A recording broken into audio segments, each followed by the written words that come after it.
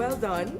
Today, you can hear that all the time, though. Now, you know what? I thought you did phenomenal. Thank you. Yeah, Thank it you was very much. fantastic. But thank you. I appreciate it. You're welcome. Now, I mean, when I knew I was going to talk to you, I had to ask, what makes you an expert? Like, this is crazy. Yeah, you know what? Everyone asks that question.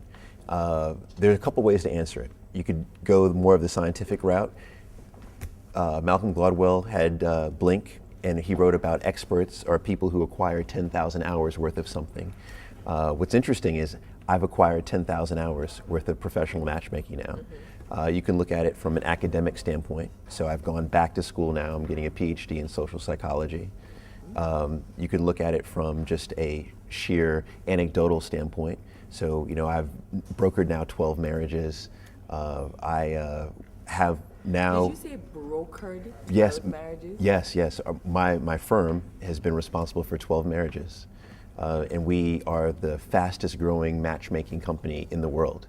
And then also, in terms of the industry, we have won Best Matchmaker year awards and Best Dating. So long story short is there's lots of ways to look at it, but now I'm proud to say that I think any way you look at it, yeah, we'll take the expert title. Yeah, you're an expert. Okay. We'll take it. Yeah, 12 marriages is a big deal. Now, would you say that people are proud to say that I've had my marriage made by Paul Brunson? Good question. From all the weddings that I've attended, so the last wedding was in July in New York. It was the mother of the bride who had hired me. Oh. It was the mother. Oh boy. And when I got to the wedding, they had me sit at the head table with the parents, and they had me stand up, and they pointed and they said, "That's the guy. That's the reason why we're married." And I was surprised. I was thinking, "Oh wow, you're putting me on blast, basically." But I realized that ultimately, when you find that person that you want to spend the rest of your life with, it doesn't matter who put you together, right? It's that you found that person, and I think that's what's important. And for yourself, do you think that your life would have been a little bit different? I know that Jill means everything to you. Do you think it would have been different if you had a matchmaker then, when you were getting married, 12, 11, 16, 13 years ago? Yeah, it was 12 and a half years ago. 12 and a half. Things at 12 and a half years ago, no, it wouldn't have been different because I was ready to be married then. Now, the interesting thing is, I've known my wife for a long time. When I was 18 years old, when I met my wife, I met her before I was in college, right? If I had a matchmaker at that point, it wouldn't have worked because I just wasn't ready. And I think that's the interesting thing about, I think, men and women is that when you're not ready, you could be standing in front of the perfect person. But if you're not ready, you're not ready, right? And I think that's something that we have to understand and respect. So a matchmaker at that point wouldn't have helped. All right, so you now travel the world, talking to people and coaching people, really. And what I realized today is that I'm already married. I already have my match, who I love. Yes. But I got so much from what you said. Do you find that that's something that people say a lot, that no matter where you are in life, you can get something from what you have to say through your seminars? Yeah, I mean, that I'm honored by. Yes, part of what I do is a big trick.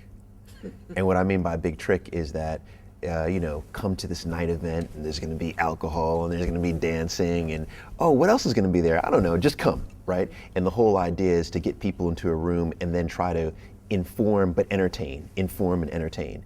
And that's what I try to do with everything, all the content I produce, the books that I write, my blogs, doing the column for Essence, is I try to, create this kind of smoke and then bring you into the smoke and then try to inform and entertain at the same time, but try to inform. Mm-hmm.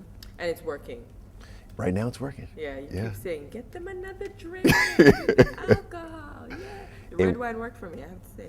Hey, I'm telling you what, alcohol does a lot. It does a lot. What's next on the agenda for you? I know you have a baby coming. That's the big thing. That's it. The big baby, yeah, that's like the big thing. I'm shutting down. I stopped traveling November 15th, and I'm going to be at home until January 15th. After that, I'll be executive producing my first TV show. I'm super happy and excited. What TV show is that? It's going to be my show. Your own show. Yeah, I'm executive producing my own show. So I'm super excited. I'll be behind the camera and in front of the camera. Is it a talk show? Yeah, it's going to be a talk show. You're okay. Tell me more. Yeah, well, What's it called? Is it called the Paul Brunson Show? All of that stuff is being worked out, but we've got a network, and it's something I'm really excited about. I've been waiting kind of my life, right, to do something like this, so I'm super excited to be sitting here, right, where you are, asking the questions, but then also behind the camera and writing. I like to write and come up and produce. So the producer over here, I like to do that too. So I want to do all that. I'm growing my matchmaking firm, so we have 9 full-time staff members, and we want to grow that and really become the #1 matchmaking and coaching firm in the world. I'm also producing a really big summit in New York next year called Unconventional Greatness, and it's for dreamers and mavericks and aspiring entrepreneurs. And so that's something I'm really excited about. Okay. Do you find that you have a lot of competition to be the biggest matchmaking firm? That's your dream, that's your goal, one of. Do you find that you get a lot of competition from these online dating kind of sites? It's a really good question. The love industry is big. You know, it's a $1 billion industry globally. I've never heard it said like that, love industry. Yeah, it's an industry, it's a business. You know, these sites like Match.com and eHarmony and all these online dating sites, they make millions of dollars a year. And so it's about a $1 billion industry. It's growing at about 10%. The matchmaking segment of the industry is about $250 million. And so looking at it from just a sheer business standpoint, yeah, we want to be the largest player within the matchmaking phase, and then look at how do we get into that other space. Maybe it's through acquisitions or, you know, partnerships and joint ventures, but it's a big industry. And one thing I know is that it's a lot of smoke and mirrors in the industry, and that's what I don't like. A lot of people, most people get onto an online dating site and then they leave 3 weeks later because of spam and profiles that are fake. And so we really want to bring credibility to the space. Now, the last time you were here in Kingston, I hear you were 4. Was Yeah, it 4? I don't know if I was 4, 5, 6, or 8. But I was, You were young. young. Okay, you were young. Yeah. Are you enjoying it? You're here for a short time. Are you enjoying the reunion with Kingston? With Kingston, I'm loving it. I was telling someone earlier that I leave tomorrow at 4 p.m. and I plan to be on a flight back here at 6 p.m. Oh Lord! I see you had oxtail today. Is it oxtail? I had saw it oxtail on your Instagram. Oh wow, yeah. Did you have that? I did, and I loved it.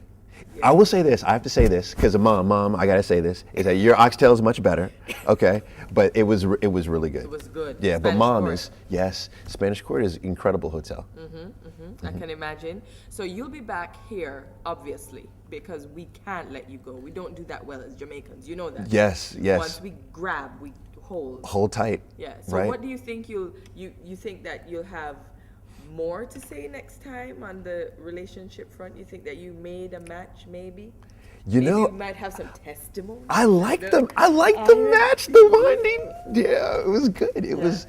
I really like them together. But also, a lot of these events, it's not just about the match that you see on stage. It's about the husband that came down and said, "I need to be a better husband." That's the match. He's been rematched with his wife. And so those are the stories that I love. And so I think there's going to be a lot of those testimonials.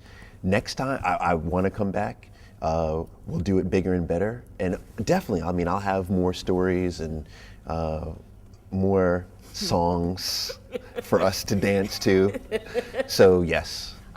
Were you serious about that? Do you really go out with that song or get introduced to that song every time? All the time. And it's like, there's everywhere I go, there's a Jamaican in the audience. And if it's that one person moving, they're like, yeah. Everyone else like, what? But yeah, they get it. So I always go out to that song. All right, well, I don't have the song to play for you, but thank you very much for being here. Thank you so much. We've had an amazing time. Thank you very much. This was a very Oprah-esque interview. Oh my. Yes, very good. Thank you.